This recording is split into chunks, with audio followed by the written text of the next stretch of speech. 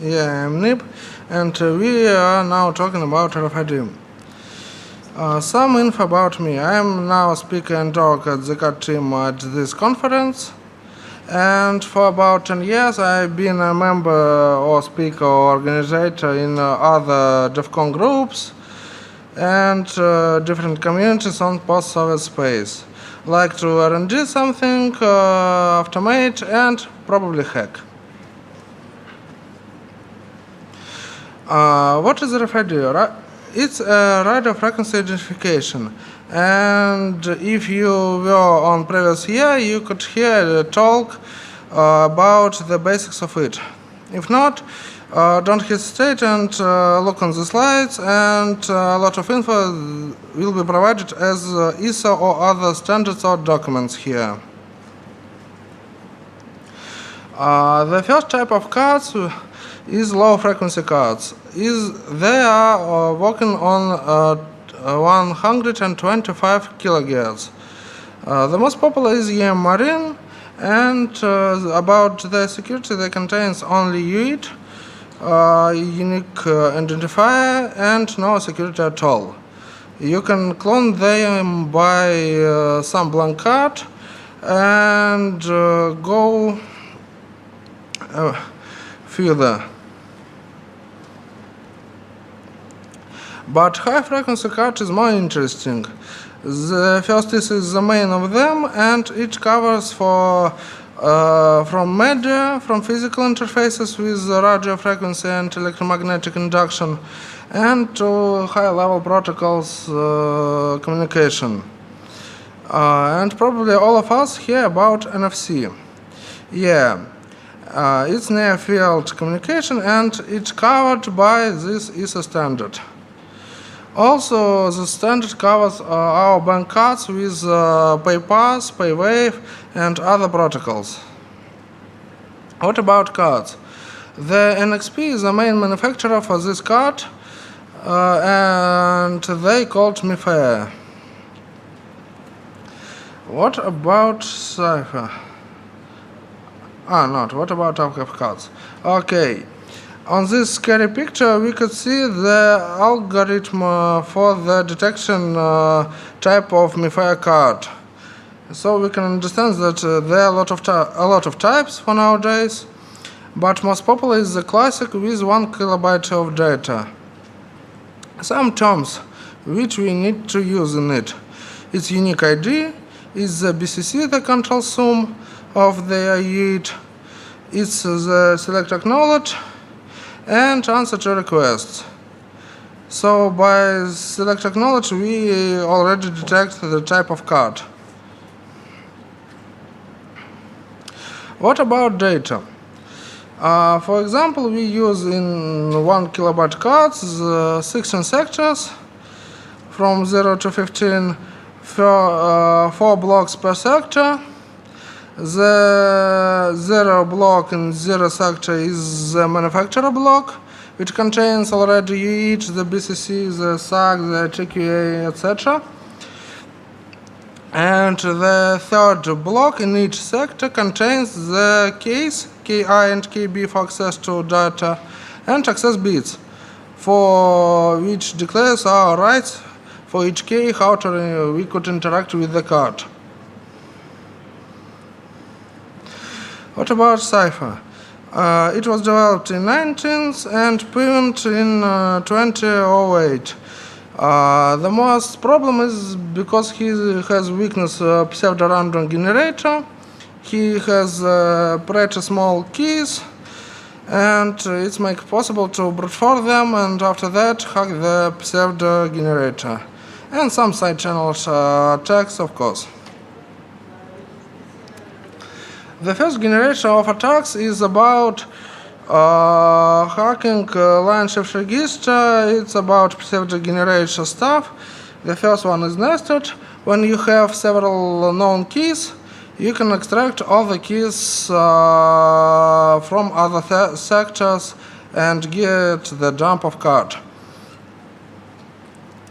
And if you don't know any key, you can use the second attack. It's called dark side, but it takes a lot more time. which extract one key without any knowledge. NXP is not very fan of this stuff and make a patch. They introduced their new cards. In these cards, we find out the security levels, which allows us use not only the old cipher but new, already known IS for RFID cards, and they enforce the pseudo-random generator. So, if you can't use the previous attacks, you can find out the hard nested, because we have the compatibility with previous algorithm of cipher. And here's the hard nested. It's pretty similar to nested attack, but it could hack the enforced pseudo-random generator. What about our tooling? The first one is Proxmark, is multi-tool for low frequency and high frequency card. The second one is not so popular but very useful for cloning cards in streaming way. The third one is a flipper. I think everybody knows it. And the last one we use on our stands is PN532. It's used for only MIFI cards, but it's pretty cheap and pretty small for using. What about software? The first software for PN532 is libnfc. It's our library which allows us to interact in each way with this module, and three modules for as implementation of attacks. It's MFOC, it's implementation of nested attack, it's MFCUK, it's implementation of dark side attack, and laser cracker, it's implementation of hard nested attack, which we had talked before. As for Flipper, we have two apps. One is default, it could brute force the keys, and Flipper nested, but it demands on PC after it collects nonsense. It needs necessary to connect to PC for hack and get the jump to the Flipper.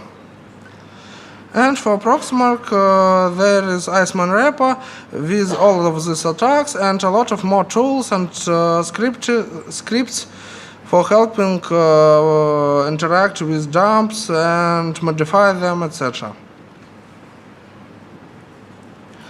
But there is some new thing. It's my stuff, and the first one is the patch for laser cracker.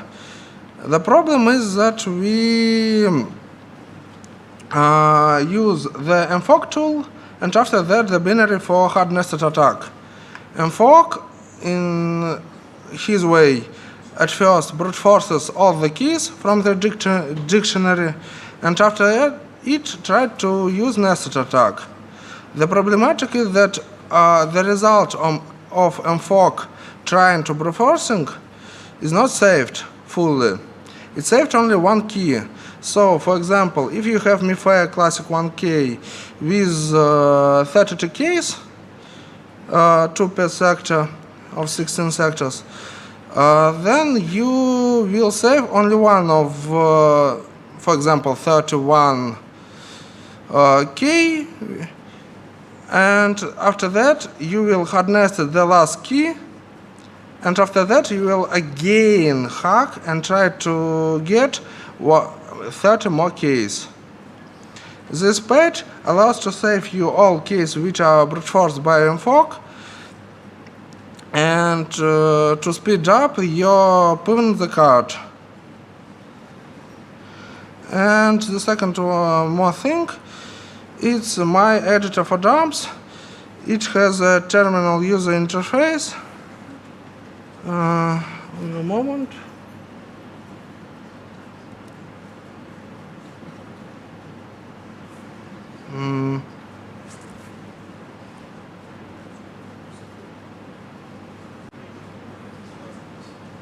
Something strange, sorry, the should be a demo of it. So it has a terminal user interface. It has after calculation of BCC, which is not so comfortable when you need to calculate the control sum by yourself. And it allows you to make simple changes for access bits, which are not so simple if you do it by hex edit without any additional support. And it is already at my repository. I will try to figure out how to show the demo.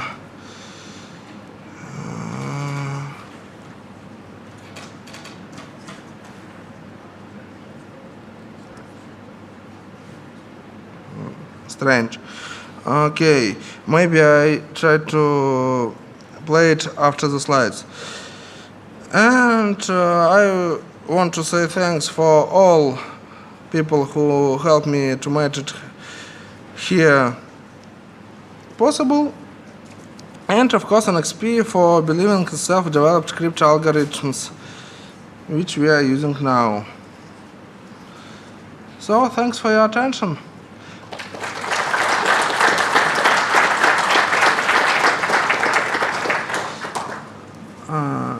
Now I will try to play the demo.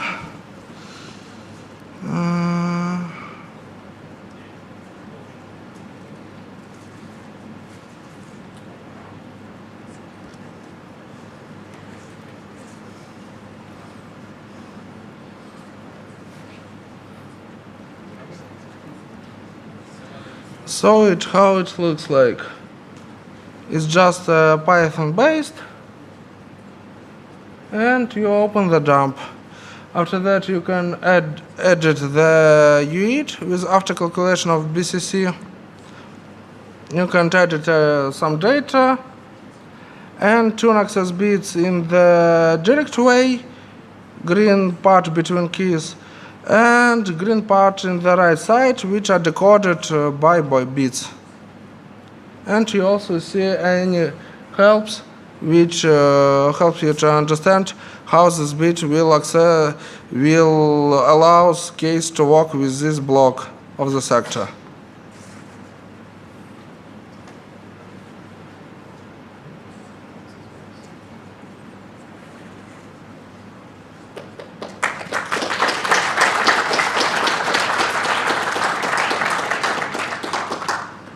Any questions for the speaker?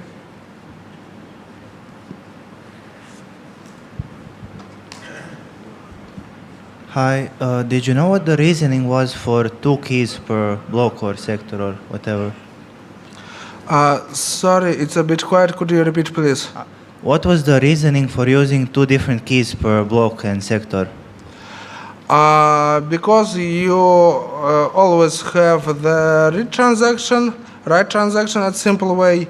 And if you tried my editor, you can see that there are more transaction operations like decrement, increment, transfer, and restore. And it allows you to use 2 keys to split the not full access, but giving you only read and, for example, increment access without giving write access for all data.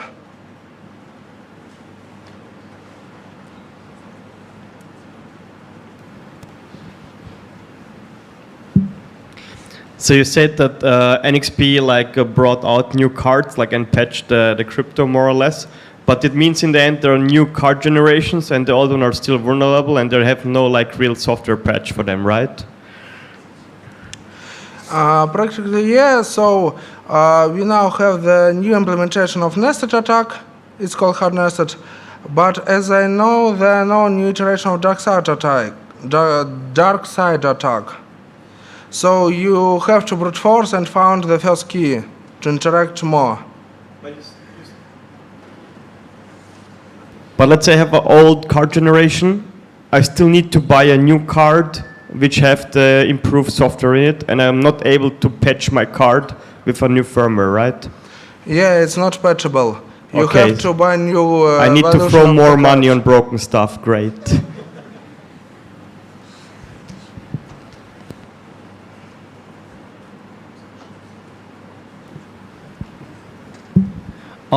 Thanks. How about Deathfire cards? Do you have any plans to research this protocol, like an improvement of MiFire Classic 1?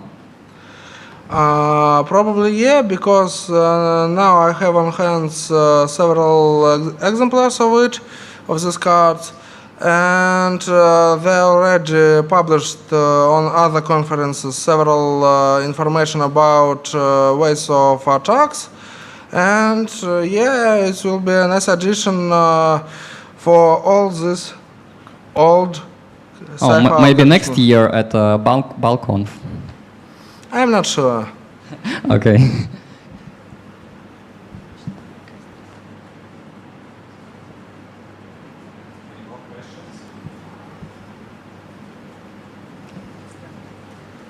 Oh, one more.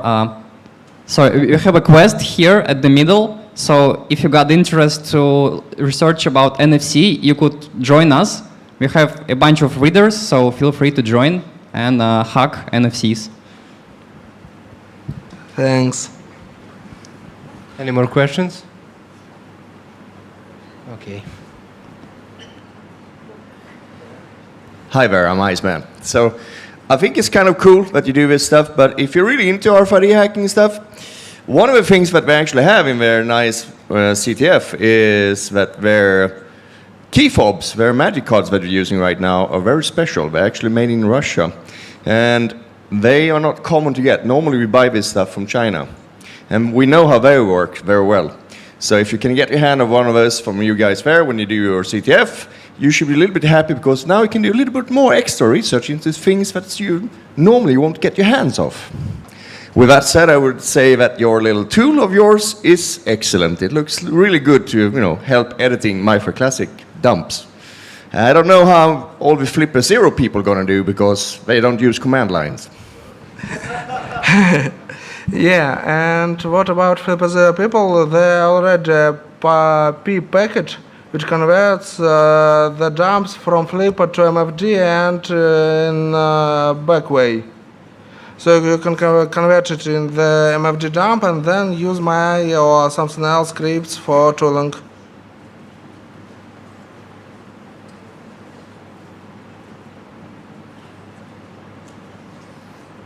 So thanks for coming.